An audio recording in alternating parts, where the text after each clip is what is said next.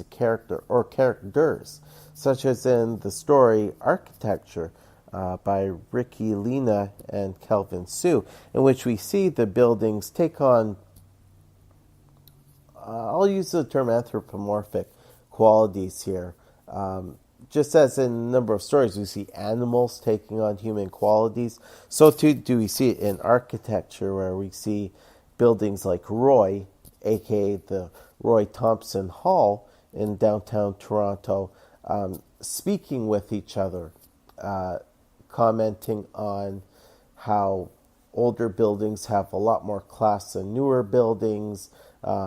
Certain buildings are more attracted to the older line of streetcars than the new, sleek, streamlined model. Some of the buildings even talk to the people who reside within them or who look after them, like the window washers. Let's see, what else? There's some really neat stories that look at the supernatural or the really scary. There's Hogtown, which takes place in the 1800s and looks at a time when many immigrants to Toronto found themselves working in the pork production industry, working in slaughterhouses. And this story features two Irish immigrants who are also vampires and find themselves being bullied by their co-workers. And what these two vampires do with the pigs in the slaughterhouse will both shock you and at the same time make you say, oh yeah, of course, they're vampires. Why wouldn't they do that? Really neat story. And that's actually why Toronto is sometimes referred to as Hogtown, because of that large pork production industry we had 100 plus years ago. There are a number of zombie stories in the various volumes of the anthology. One that stuck out to me was titled A Night to Remember by Rob Shapiro and Christopher Yao. And we have a group of prom dress shoppers who have to face a group of zombies from Yorkville. And what's funny about it is that Yorkville is a very affluent part of Toronto. Probably started growing in the 60s, but you see a lot of people in a higher income bracket living in Yorkville. It's an area that tends to draw a lot of celebrities who are coming in for a vacation but like to do a fair amount of shopping. And so a lot of Torontonians tend to see Yorkvillians as, upper crust, snooty, artsy-fartsy type. And so in a story like A Night to Remember, the joke is on Yorkvillians, where they're being portrayed as the savage beasts compared to other Torontonians. And that's a theme, actually. Yorkvillians as zombies or animalistic creatures. There are some short stories which are actually more just historical retellings, usually told in 3 or 4 pages. Like there's No Hit Wonder, which tells the story of Toronto Blue Jays pitcher Dave Steeves' numerous attempts in the late 80s and early 90s to finally achieve a no-hitter. There's the story The Fire on the SS Noronic by Christopher Bird and Bruce Hall, which talks about the unfortunate burning of that ship and the search for answers as to what caused the burning of that ship. There are some stories which are completely fictional, but they feature real-life characters, such as Bloodsuckers by Jim Frey, in which we meet Etienne Brule, who lived in the 1600s in New France, and he was an early French explorer who lived amongst the native peoples, and he picked up their language and culture to the point where Samuel de Champlain was so amazed by how well Brulé had picked up the local native culture. Now, Brulé met a pretty violent end. Reportedly, he was accused of betraying the tribe that he was with, and he was executed. And so in Bloodsuckers, we see in the present day that Brulé is living in a house in Toronto with another vampire, a vampire from the native tribe that he belonged to, and they have kind of a love-hate relationship. So the implication is that she is the one who turned him into a vampire centuries ago. And the problem is they're about to lose their home because since they're legally dead, they have no title to the home. But their way of resolving that problem is done in a really neat way. And you say, oh, of course, vampires. Really neat. There are a number of stories in the Toronto Comics Anthology which speak to Toronto's, understanding of the LGBTQ community. Certainly within Toronto, Torontonians take pride in the fact that we're very open-minded people. In general, we don't consider ourselves an intolerant group. That's the word I was looking for. We consider ourselves very tolerant and very open to different cultures and subcultures. And Toronto has taken pride in the fact that we have an LGBT community that is a very welcome part of Toronto. We have our major Pride Parade every year, and it's really neat to see in a number of stories in the anthology where a character is coming out to their friends, and very often we see that the other characters say, "Oh, that's all you were going to tell us? Wow, we thought you were going to tell us that you were dying. Well, if you're gay, that's okay. That's not a problem."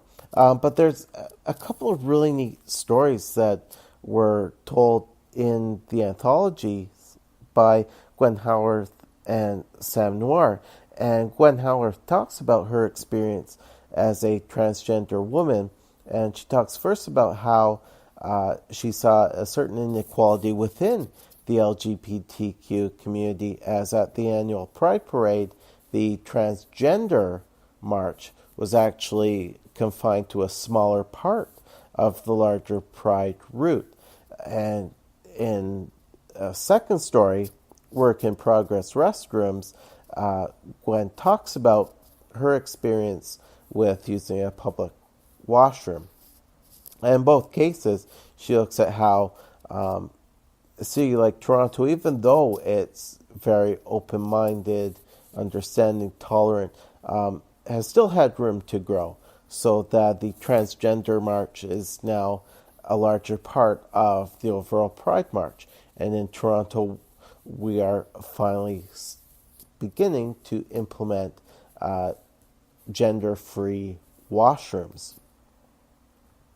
And then there are some stories which just really hit you in the gut, even though they're fictional and they may have a post-apocalyptic element to them. I need to finish off by talking about a story. Just trying to look up the title. Story of Nuit Blanche. Yeah, the title is We Were Here by Aaron Feldman and Ryan Garcia. And it's sometime in the future when the air quality has gotten so bad that there are very short periods of time in which people can go outside without wearing a gas mask. And so, on one of the last days in which it's possible for people to go outside without a gas mask, two young people meet on a blind date. And they go around the city with each other. And the highlight of their date is a viewing of the art that is being exhibited during Nuit Blanche. Nuit Blanche is a really wonderful yearly art exhibition in which the art is displayed outside on a stretch of, I want to say, University Avenue at night. And so there are all these light installations. It's just beautiful, beautiful to see the art in the dark. And so this young couple, they're really enjoying the beauty of Nuit Blanche, even though the air is so filthy around them. And even though they know that this is probably the only night they will ever spend together, even though the next day they'll be forced to stay inside, quite likely for the rest of their lives, which no doubt will be shortened due to the fact that the air quality will get so horrible that people won't even be able to breathe inside their homes. They have this feeling of hope, and they hope to meet each other in a year's time. And they go their separate ways. And for all it's tragic and they're living in a hopeless situation, they're still carrying that hope in their hearts at the end of the night. And wow, did this story punch me in the gut. First off, it's in black and white, the story, which is perfect given the environment in which the story takes place. But it just took me back to one night in late September or early October of 2013. And my wife and I were coming back from the hospital. We'd had relatives with us that day who were told point blank by one of the doctors in the NICU that our son was not going to live, and we had to prepare for the end. Great way for relatives to hear that, by the way. But normally the walk back to the subway was really tough. But on this night that we were walking back, it was one of the nights of Nuit Blanche, so the street was lit up and there was all the beautiful art to take in as we were walking along the path. And even though my wife and I and our relatives found ourselves in a pretty hopeless situation, just the beauty of the art and the lights actually inspired a sense of hope in, well, maybe I can't speak for everybody, but it gave me this feeling of hope in a hopeless time. I'd like to think that was what started my whole sense of the need to continue to live with hope in my heart, despite what was yet to come. And of course, for those of you who have been listening to the show for a long time, you'll know that it was that sense of hope which resulted in my little girl being born 2 years after this very unfortunate situation. But it just goes to show you the power of comic storytelling, even if it's a really short story. So folks, if you haven't heard of Toronto Comics Anthology, please give it a look on Comixology. It's well worth your time to look into it and to invest in at least one of the volumes. Okay, episode number 107 is going to come to you either in a week or 2 weeks, because I want it to coincide with the release of another great Canadian publication. And it's a new one. It's called North Force Alpha, and it's by Peter Kolb. And I'm so looking forward to talking with all of you about that series in 7 or 14 days. So until then, this concludes today's... Whoa, I'm using the standard ending from my flipped classroom videos. Until episode number 107. This class is dismissed.